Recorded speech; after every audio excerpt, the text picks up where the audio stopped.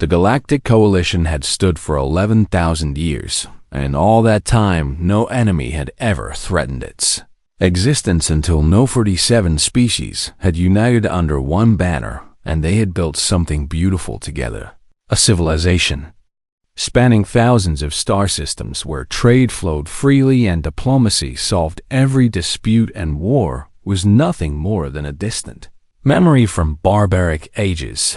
Their fleets were elegant and fast, but they carried weapons that had not been fired in anger for 300 years, and their soldiers were peacekeepers who trained for ceremonial duties and crowd control rather than actual combat. Ambassador Thesan Volcari of the Ethoni remembered the day everything changed, and the memory still made her crystalline body flicker with distress patterns that no translator could properly convey. The Vethrak Dominion had come from the Galactic Rim, where no coalition survey ship had ever traveled, and they came not with words or offers of friendship, but with fire and death and hunger that could never be satisfied within 6 standard months. The Dominion had shattered everything the Coalition had built on its outer territories, and entire worlds burned while species that had existed for millennia were reduced to refugees fleeing on overcrowded ships as their homeworlds were cracked open and stripped for resources. The Coalition's response had been catastrophic in its inadequacy, and every battle ended the same way, with elegant ships torn apart by brutal Dominion weapons and peacekeepers dying in confused terror against warriors who had been bred for nothing but killing. Thyssen stood before the emergency assembly on Nexus Prime, the great chamber that had witnessed 11,000 years of peaceful deliberation, and she looked out at representatives from 47 species who had never known true fear until now. "We have sent envoys," she told them in a voice that resonated through her crystal form like wind through hollow glass. "And we have sent 17 delegations seeking peace or surrender or any terms at all." The chamber was silent as death. None returned. Thesan continued, "And we intercepted transmissions that showed what happened to them, how the Dominion did not even acknowledge their presence before opening fire." A delegate from the Velshi species rose on trembling legs, her forearms wrapped around herself in a gesture of deep distress, and she asked the question everyone was thinking. "What do they want from us? Ambassador, what terms will satisfy them?" Thyssen's crystalline body dimmed with sorrow as she answered, "They want nothing from us because they do not negotiate and they do not make terms. The Dominion wants only one thing from every species they encounter, and that thing is extinction." The chamber erupted in chaos as delegates shouted and accused each other, and ancient rivalry surfaced while species blamed one another for the military neglect that had left them all defenseless. Supreme Chancellor Mothkai of the Rithani pounded his ceremonial staff against the floor until order was restored, and his aged face was drawn with exhaustion from weeks without proper rest. "There must be someone," he said in a voice cracked with desperation. "Some species within our coalition or beyond it that has the capacity to fight these monsters. Someone who remembers how to make war." Thesan had known this moment would come, and she had dreaded it since the first Dominion ships appeared on Coalition sensors, and now she had to speak words that had been forbidden for 2 centuries. "There is one species," she said slowly, "a species we discovered 217 years ago, during a routine survey of an unremarkable system in an unremarkable arm of the galaxy. Every eye and sensor in the chamber focused on her. When our scouts arrived, they found something that horrified every xenosociologist who reviewed the data." Thesan continued, "They found a species that had never stopped fighting, not for a single generation in their entire recorded history." Chancellor Mothkai leaned forward with desperate hope in his ancient eyes. "They fought each other," Thesan explained, "not just for resources or territory, but for ideas and beliefs and invisible lines drawn on maps. They split the atom and immediately used it to incinerate 2 of their own cities, not in some desperate last stand, but as a calculated tactical decision." Murmurs of horror rippled through the assembly. They developed weapons that killed through poison gas and engineered plagues and autonomous machines designed for nothing but slaughter. Thiessen said, they waged war in trenches and jungles and deserts and cities, and even in the strange realm of information they called cyberspace. Why would we want such monsters? A delegate cried out. They sound no better than the Dominion. Thiessen's form pulsed with complex emotions that had no names in any coalition language, because they were good at it. She said simply, better than any species we have ever encountered. They perfected the art of killing with a dedication that defied all rational analysis, and they survived extinction events that would have ended any other civilization. Where are they now? Chancellor Mothkai demanded. We quarantined them, Thiessen admitted. The coalition voted unanimously to seal their system and forbid all contact, because we believed they were too dangerous to allow into the galactic community. You locked away the one species that might save us. The Chancellor said in disbelief. We thought we were protecting the galaxy from them. Thiessen replied. We never imagined we might need protection from something worse. The chamber fell silent as the weight of that statement settled over everyone present. What is this species called? Chancellor Mothkai finally asked. Thiessen turned to face the great window that looked out over Nexus Prime's capital city, a city that might soon burn just like all the others. And she spoke a word that had been classified for 2 centuries. Humans. She said, they call themselves humans, and they come from a world they call Earth. Can we reach them in time? The Chancellor asked. Yes, Thiessen answered. Our fastest ships can cross the quarantine zone in 3 days. And will they help us? After we imprisoned them for so long? Thiessen's crystalline form flickered with uncertainty, because that was the question she could not answer. I do not know, she admitted, but I know that without them we will all die. Every species in this chamber, every world under coalition protection, everything we have built together for 11,000 years will be ash and memory. Chancellor Mothkai looked around at the assembled delegates and saw the same terrible understanding in every face. Send the ship, he ordered, and pray to whatever gods you worship that these humans are willing to forgive us. Thiessen bowed her crystalline head and wondered what kind of species humanity had become after 2 centuries of isolation, and whether releasing them would save the galaxy or doom it to something even worse than the Dominion. But there was no other choice. Defeat was inevitable without them. Commander Yevtorath had read the classified files on humanity 3 times during the journey to the quarantine zone, and each time he finished reading, he found himself unable to sleep for days. The diplomatic vessel, Harmonious Accord, was the fastest ship in the coalition fleet, and it had crossed the vast distance from Nexus Prime to Earth's solar system in just under 3 days. Wow. Yev spent every waking hour studying the species they were about to contact. The files were not pleasant reading. Humanity had been discovered 217 years ago, when a coalition survey team detected radio signals emanating from a small blue world orbiting an unremarkable yellow star, and at first the xenosociologists were excited because finding a species on the verge of space travel was rare and wonderful. Then they started translating the signals, and the excitement turned to horror. Humans were broadcasting their wars for entertainment, and the survey team watched in stunned disbelief as footage showed cities burning and soldiers dying, and weapons that seemed designed specifically to cause maximum suffering to other humans. They have killed over 100 million of their own kind in just the last century, the original survey report stated, and they show no signs of stopping.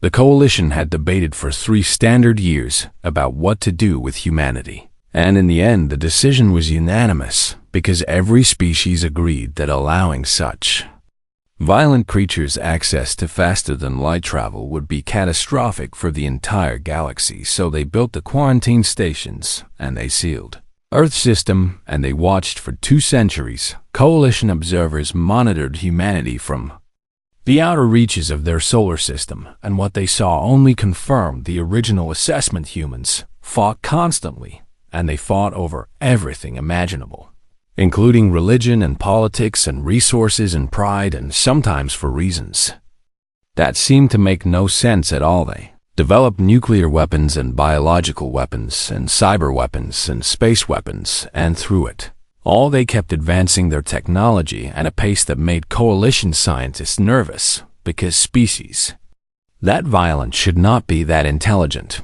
But humans were both now. Yev stood on the bridge of the Harmonious Accord as it crossed the quarantine line for the first time since it was established, and Captain Velsh's forehands trembled on her command console. "Are we certain about this?" she asked for perhaps the 100th time. Ev did not answer, because there was no certainty left anywhere in the galaxy, and all they had was desperation and hope that the very violence they had feared might now save them. The human solar system appeared on their sensors, and immediately alarms began screaming throughout the ship. "What is happening?" Captain Velshi demanded. "Weapons locks," Yev said as he studied the data flooding across his screen. "We are being targeted by orbital platforms around several planets, and by what appear to be weapons installations built into asteroids, and by a fleet of vessels that were hiding in the shadow of their largest gas giant. They knew we were coming. They have been watching us since we entered their system." Yev realized. They detected our ship before we detected anything of theirs. Captain Velshi's scales went pale with fear. "How is that possible? Our stealth technology is the most advanced in the galaxy." Yev thought about the files he had read, and about the species that had never stopped preparing for enemies that might come from the stars. And he understood something that made his heart beat faster with a strange mixture of terror and hope.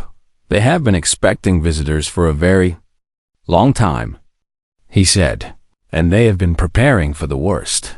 The communication system crackled with a voice speaking a language their translators quickly identified as the dominant human tongue. "Unknown vessel, you have entered restricted space. Identify yourself and state your intentions, or you will be destroyed." This is not a warning, but a statement of fact. Yev took a deep breath and activated the response channel. "This is Commander Yev Torath of the Galactic Coalition diplomatic vessel Harmonious Accord. We come seeking an audience with the leaders of Earth on a matter of galactic importance."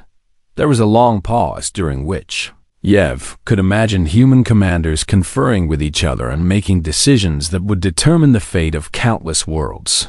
"Follow the beacon to Earth orbit." The voice finally responded. "Any deviation from the assigned course will result in immediate destruction. Do you understand?" "We understand."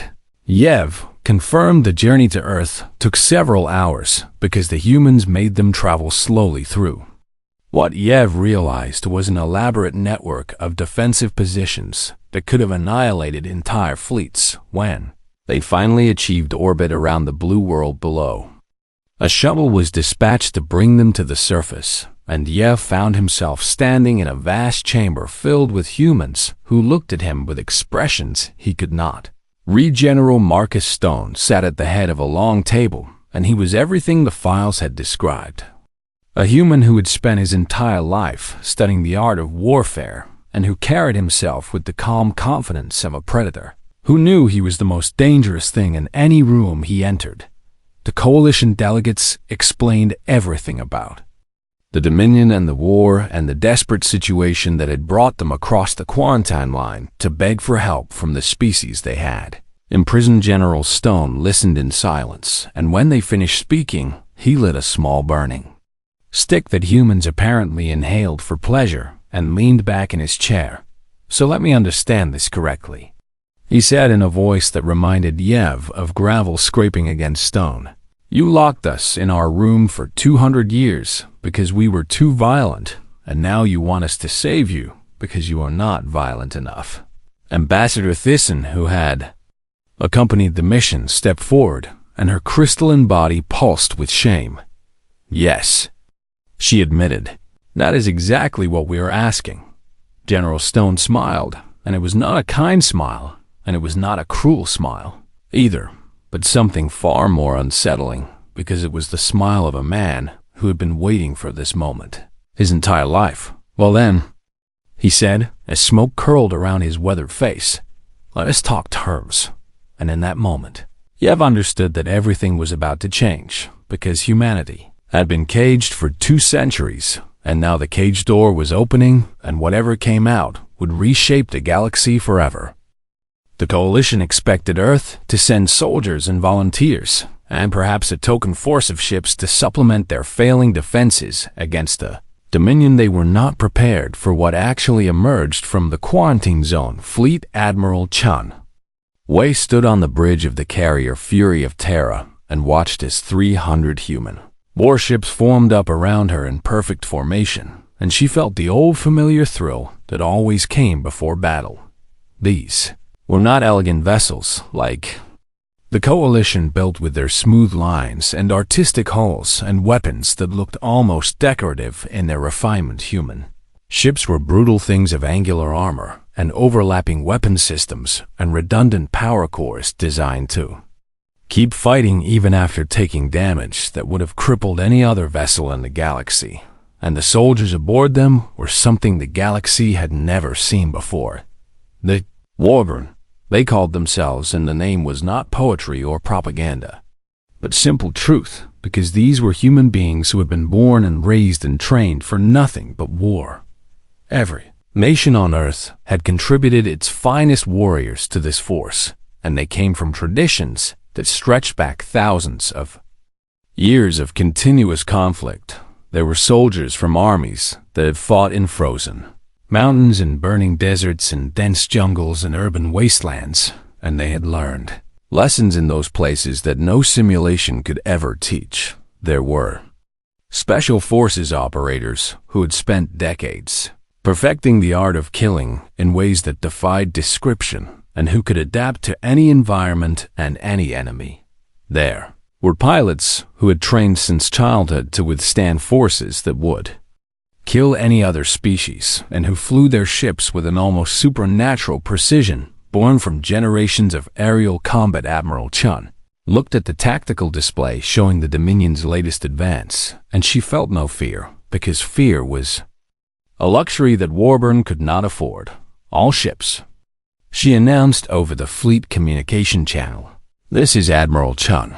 We are crossing into Coalition space in 6 hours, and we will engage the enemy wherever we find them." She paused to let that sink in. The Coalition believes we are coming to help them, and they are correct, but they do not understand what that means. They have forgotten what real war looks like, and we are about to remind them. The first engagement came at Desert 4, a mining colony that the Dominion had marked for harvesting, and 3 enemy cruisers descended on the planet expecting another easy slaughter of helpless Coalition civilians. The human destroyer Inevitable met them alone. Coalition observers had been assigned to monitor human operations and report back to the Assembly, and what they recorded that day would be studied and debated for centuries to come.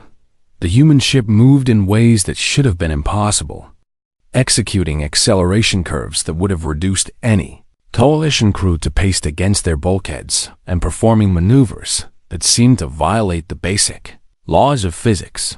How are they doing that? The Coalition observer demanded as she watched the Inevitable dance through Dominion fire like it was nothing. Her human liaison officer, a young woman named Lieutenant Sarah Reyes, smiled without any warmth. "Selective breeding," she explained. "Humans have been choosing mates based on physical capability for thousands of generations, and we started specifically breeding for high gravity tolerance about a century ago. That is not enough to explain what I am seeing. It is not just breeding." Lieutenant Reyes continued. "Every Warborn undergoes genetic optimization before birth and cybernetic enhancement during childhood and constant physical conditioning throughout their lives. Our bodies are weapons that we have spent our entire existence perfecting."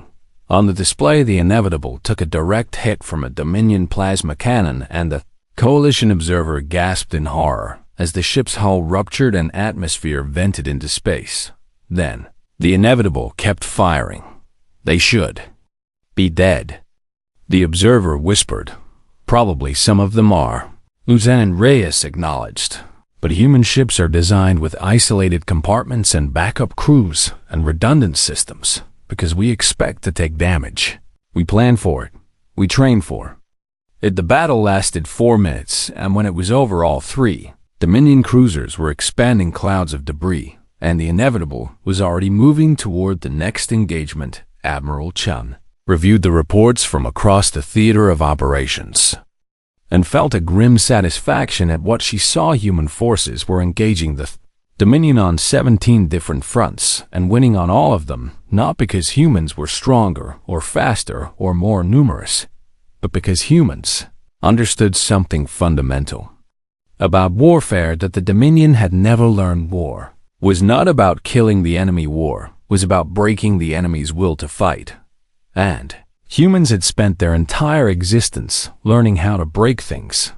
Admiral, her communications officer reported, "We are receiving transmissions from Coalition Command. They want to know how we are achieving such results against an enemy that was defeating them so easily."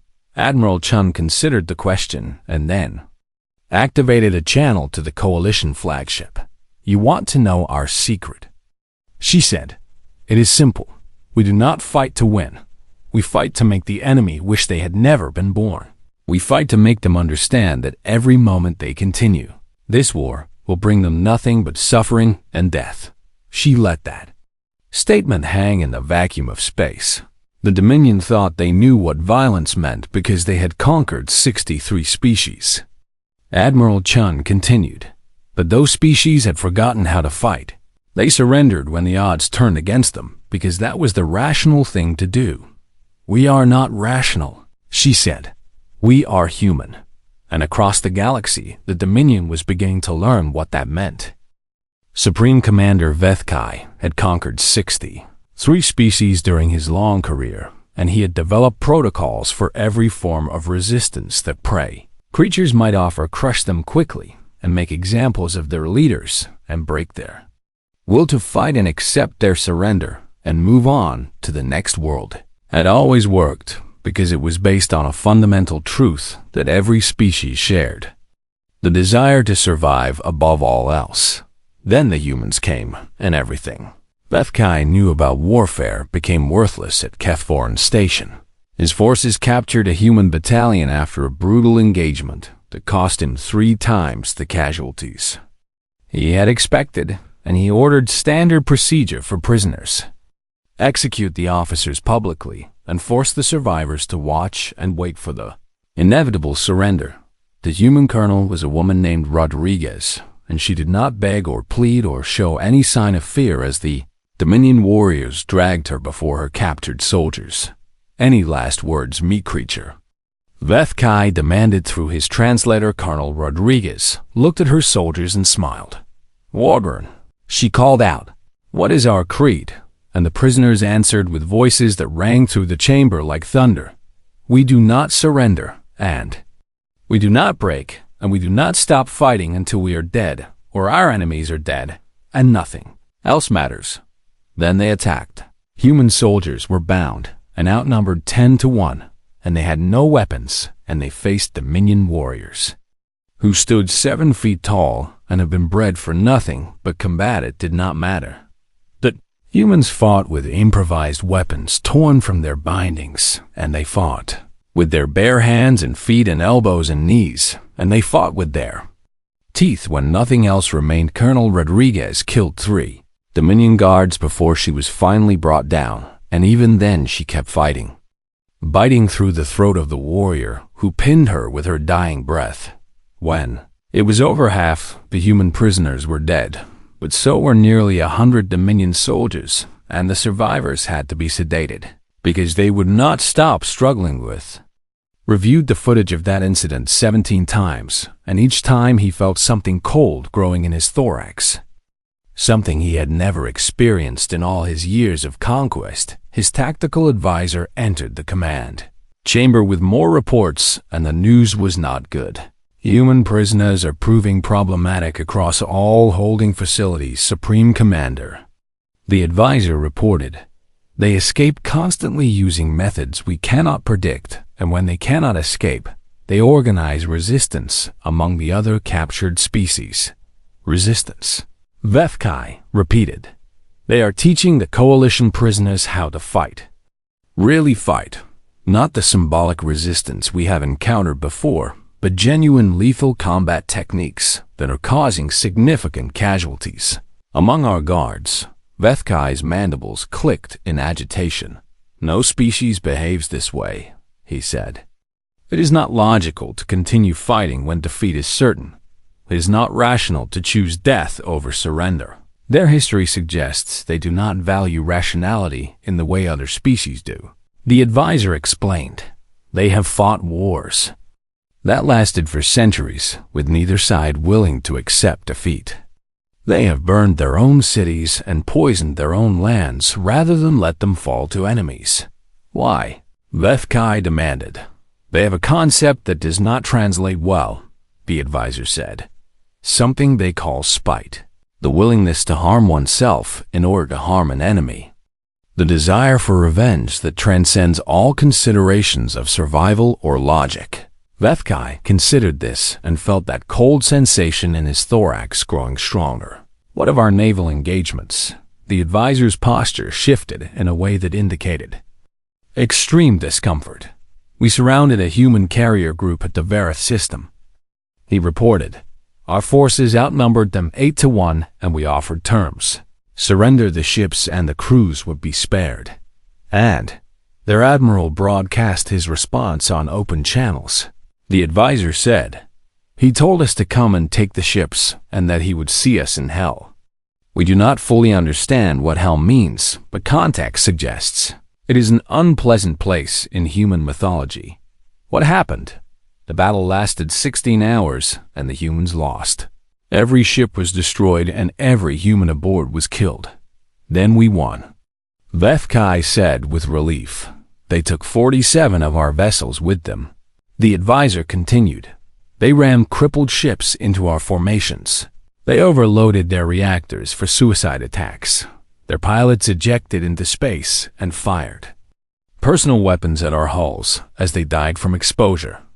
Vethkai sat in silence for a long moment. We have never encountered a species that does not prioritize its own survival.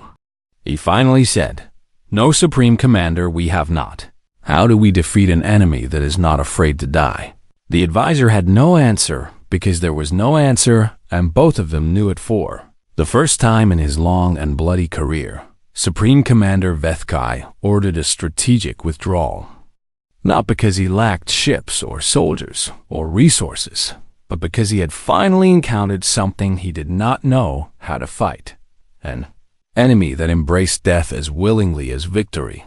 An enemy that did not calculate odds or weigh outcomes, that simply attacked with everything they had until nothing remained an enemy that was teaching the entire galaxy how to stop being prey. That night Vethkai stood alone in his chambers and stared out at the stars and felt the cold sensation in his thorax finally crystallize into something he could identify: fear, for the first time in his existence.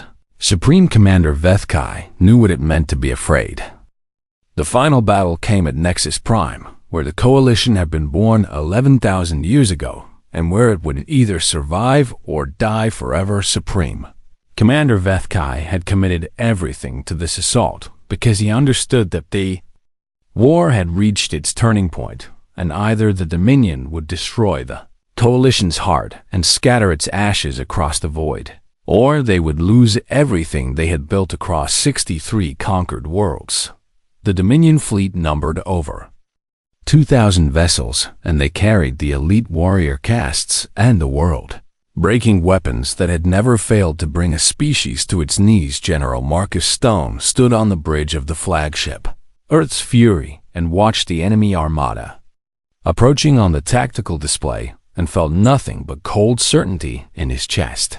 3 years of war had aged him badly, and his hair had gone completely white, and his hands trembled from stimulant abuse. And 2 many close radiation exposures, and old wounds that had never properly healed, but his eyes still burned with the same fire that had carried him through a lifetime of conflict, and that fire would not go out until his heart stopped beating.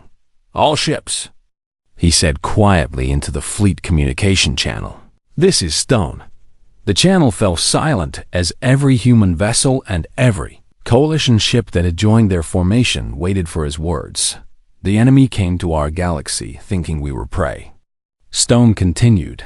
"They burned worlds that had known peace for millennia, and they slaughtered billions who had never learned how to fight back, and they thought they understood what war meant." He paused and looked around at the bridge crew, who had followed him across 3 years of blood and fire and death. "Show them what war really means," he commanded.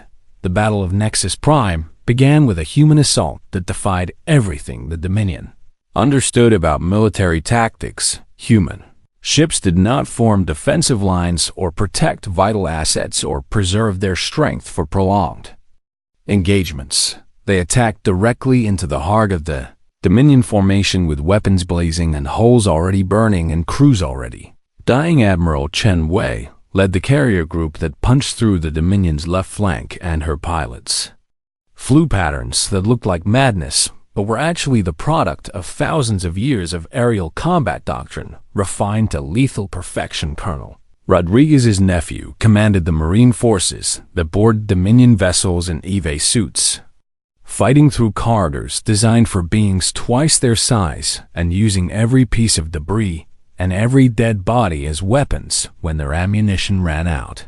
And the human Sang Coalition sensors recorded it with confused fascination as human soldiers.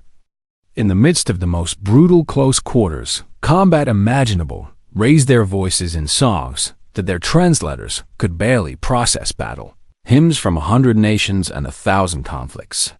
Songs of defiance and rage and dark, terrible joy that echoed through the void like the voices of ancient warrior. God Supreme Commander Vethkai watched his fleet dying around him and felt that cold fear growing stronger with every passing moment.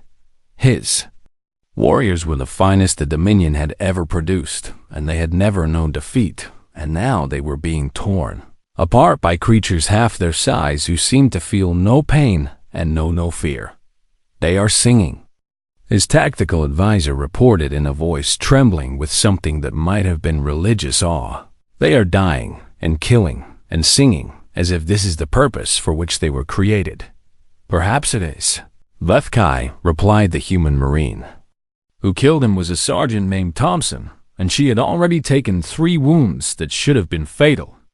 A plasma burn across her chest, and a blade wound in her thigh, and shrapnel embedded in her skull. But she kept moving, and she kept fighting, and when she reached Vethkai's command chamber, she tore through his personal guards with nothing but a fikes the van Pudasang but a case command chamber. She tore through his personal guards with nothing but a broken piece of hull plating, and her bare hands. Vethkai faced her with what remained of his dignity and asked the question that had haunted him since the war began. "What are you?"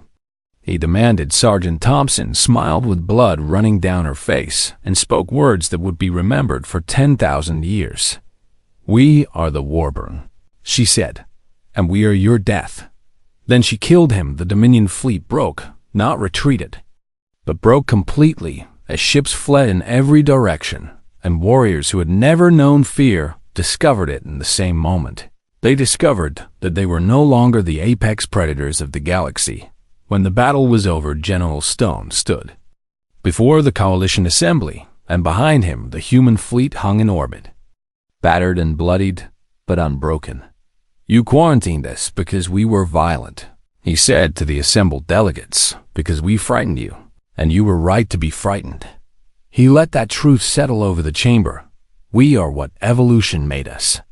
A species that learned to survive by fighting, by refusing to stop fighting, by making ourselves so dangerous that predators learned to fear us instead. He looked at Ambassador Thiessen, whose crystalline form was blazing with emotions that had no names in any language. "You called us monsters." Stone continued, And maybe we are. But today, we were your monsters. And we will remain so for as long as you need us. Thiessen stepped forward and asked a question that would determine the future of the galaxy. What do you want in return, General?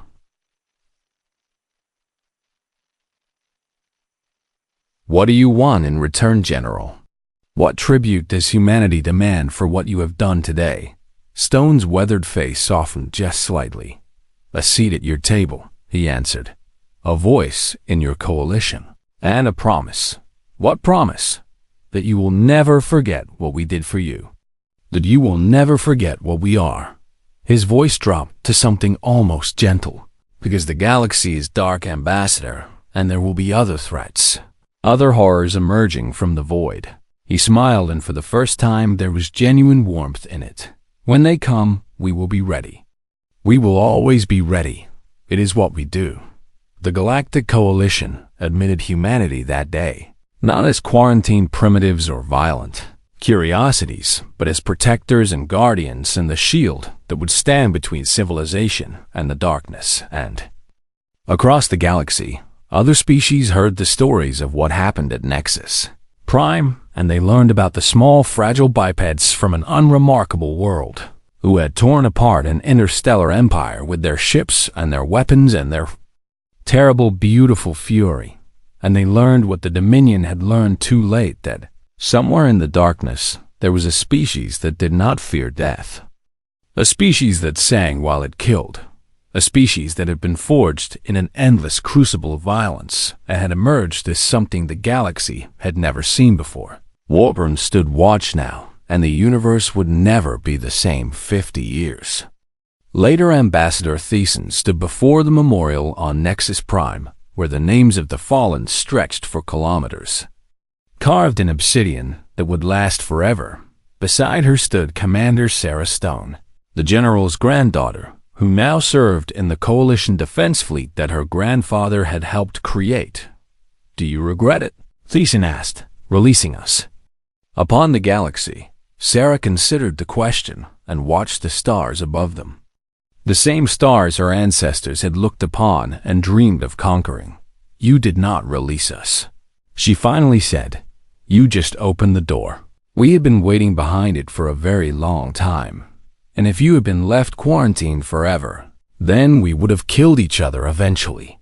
Sarah admitted, we were already getting better at it when you found us. Maybe this is better. Having something else to fight. Thiessen's crystalline form flickered with something like sorrow. Will you ever stop fighting?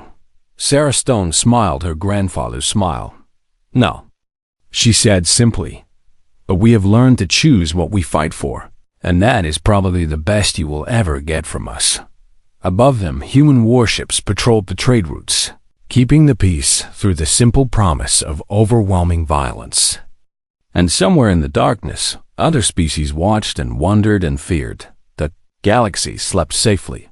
The Warborn stood watch, and somewhere out there, in the infinite void, something ancient and terrible stirred in its slumber and began to wake. Drawn by the echoes of a war that had shaken the stars themselves. But that is a story for another time. For now it was enough to know that when the darkness came, humanity would be waiting. They always were. They always would be. This was their purpose. This was their joy. This was what it meant to be Warborn.